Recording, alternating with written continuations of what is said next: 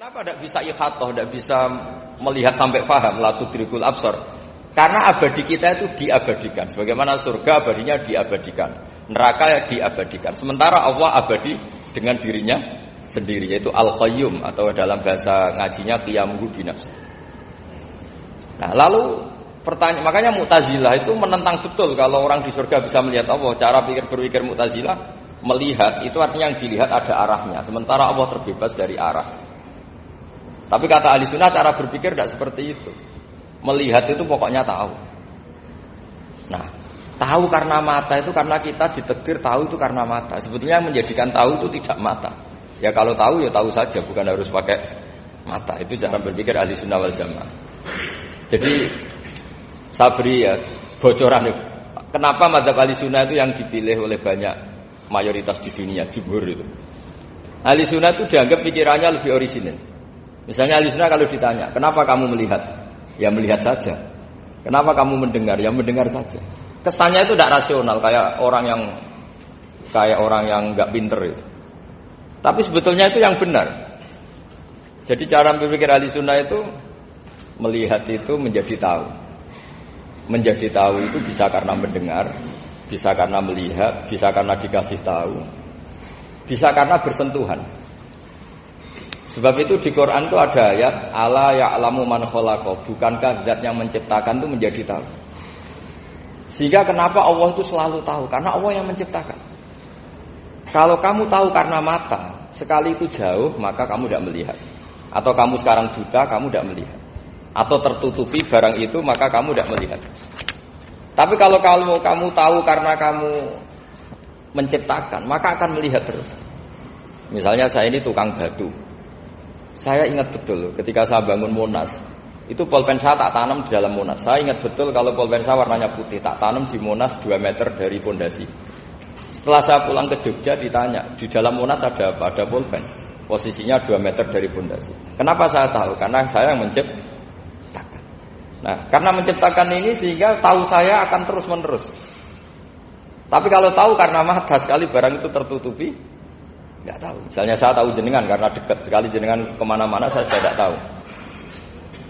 Tapi kalau saya menaruh sesuatu di tubuh Anda, sehingga kamu kemana-mana tetap tahu bahwa barang itu ada di tubuh. Nanti kalau ada yang protes, tapi bisa saja Gus barang itu dicuri orang kemudian Anda tidak tahu. Yang menjadi tidak tahu karena saya sudah tidak menciptakan suasana itu. Selagi saya yang menciptakan, maka akan tahu terus. Nah, tapi karena Allah ini menciptakan semua yang ada di bumi, maka Allah tahu terus. Sehingga Allah tahu cara bikin kuman. Terus tahu bahwa manusia itu punya kuman, kumannya punya organ, organnya juga punya kuman. Enggak kebayang.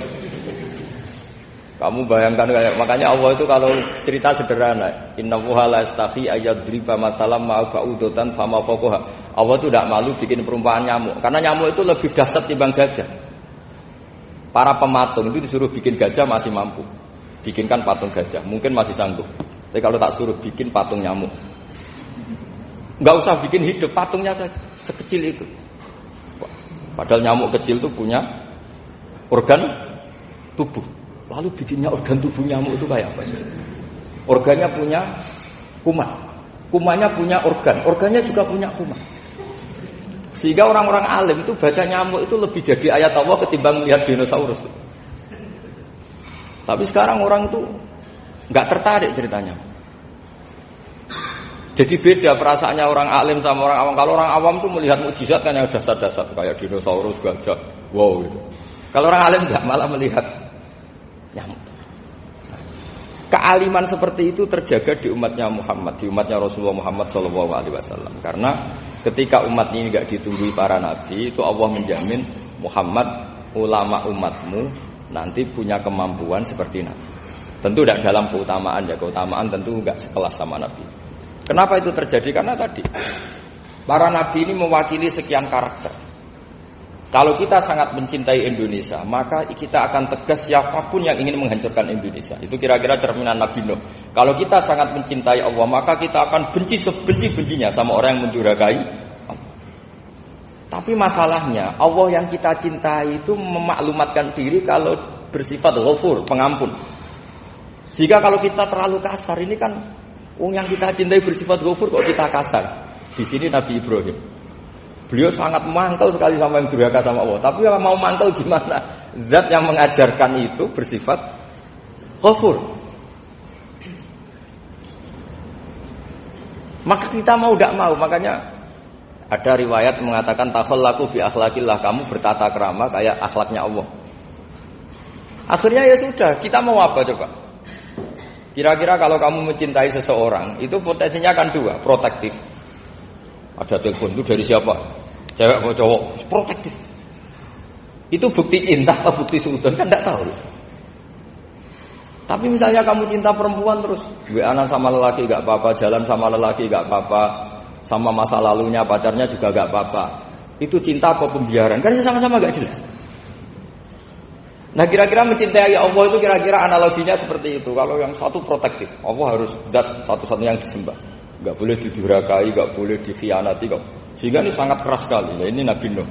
Di sini ada Nabi Ibrahim, karena orang yang zat yang kita cintai bersifat Ghafur. Jika kalau kita terlalu tegas beda dengan sifatnya Allah yang bersifat Ghafur. Nah umatnya Nabi seperti itu mulai dulu. Ada yang moderat, ada yang keras, ada yang setengah keras, setengah moderat. Ada yang ngambil sikap, urip mangan turu, sementara mati. Nah, itu lebih baik itu timbang punya istihad tapi gak jelas, mendingan. Itu ada riwayatnya. Suatu saat ibadah akhir umatku terbaik adalah tidur. Maksudnya tidur itu gak ngambil sikap, masyhur itu. Saya beri riwayat yang ada di Bukhari Muslim. Satakunu fitanun al-qa'id fiya khairun al-qa'im wal-qa'in fiya khairun al-masi wal-masi fiya khairun nasai. Nanti di akhir zaman itu banyak fitnah. Kata Rasulullah, yang duduk lebih baik ketimbang yang berdiri, yang berdiri lebih baik ketimbang yang jalan, yang jalan biasa lebih baik ketimbang yang jalan bergegas. Man tasarrafa laha tastasrifu. Fitnah itu adalah siapa yang terlibat maka akan semakin parah. Sehingga semenjak itu ulama berpikir nanti di akhir zaman kalau ada fitnah, itu sebaiknya orang ngambil sikap sepasif-pasifnya, secuek-cueknya. Jadi semua syurahul hadis sepakat makna hadis ini apa? Orang disuruh sikap secuek-cuek. Misalnya pilihan presiden, contoh kecil pilihan presiden. Mungkin para intelektual nggak merasa, tapi kalau ulama itu cara berpikir beda. Pilihan presiden, kamu fanatik milih A, yang satu fanatik milih B. Ya presiden atau bupati atau gubernur.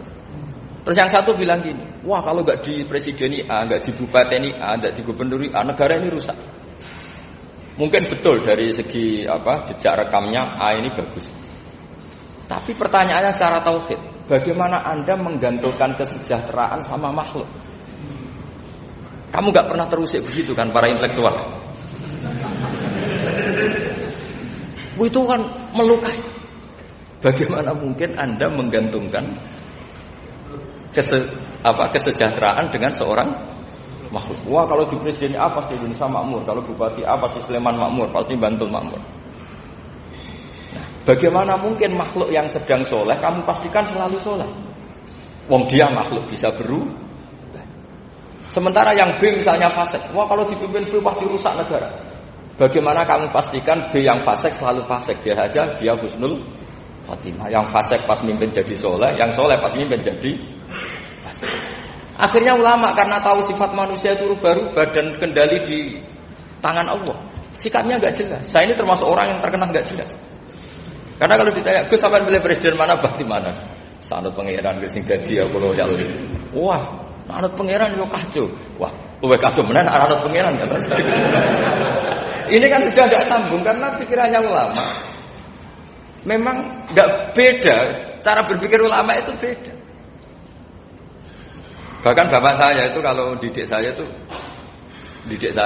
begini. Kalau meseli saya atau ngirim saya dulu itu kan pakai mesel. Ini uang kamu 500.000 untuk kamu. Mesti ditambahi 100.000 ini untuk buat jajan sama teman-teman. Mesti ada uang pokok, ada uang sedekah. Dulu saya sering tanya, kenapa bapak sangat menghormati teman-teman saya? Kata bapak, kowe mondok iku aku ora iso nyukupi, sing iso nyukupi ya kanca-kanca. Ternyata betul, rata-rata anak kuliah atau anak mondok uang pribadinya kan 8 hari dari dikirim sudah habis. Berarti kan masih 22 hari kok bisa hidup, itu kan barokahnya teman-teman. Malah yang agak beling itu 1 hari sudah habis, berarti ada 29 yang bergantung sana sini. Sehingga Nabi dulu cara ngendikan itu unik. Kata Nabi, "Da'un nasa yarzuqu wa ba'duhum ba'du." Manusa barno wae engko saling memberi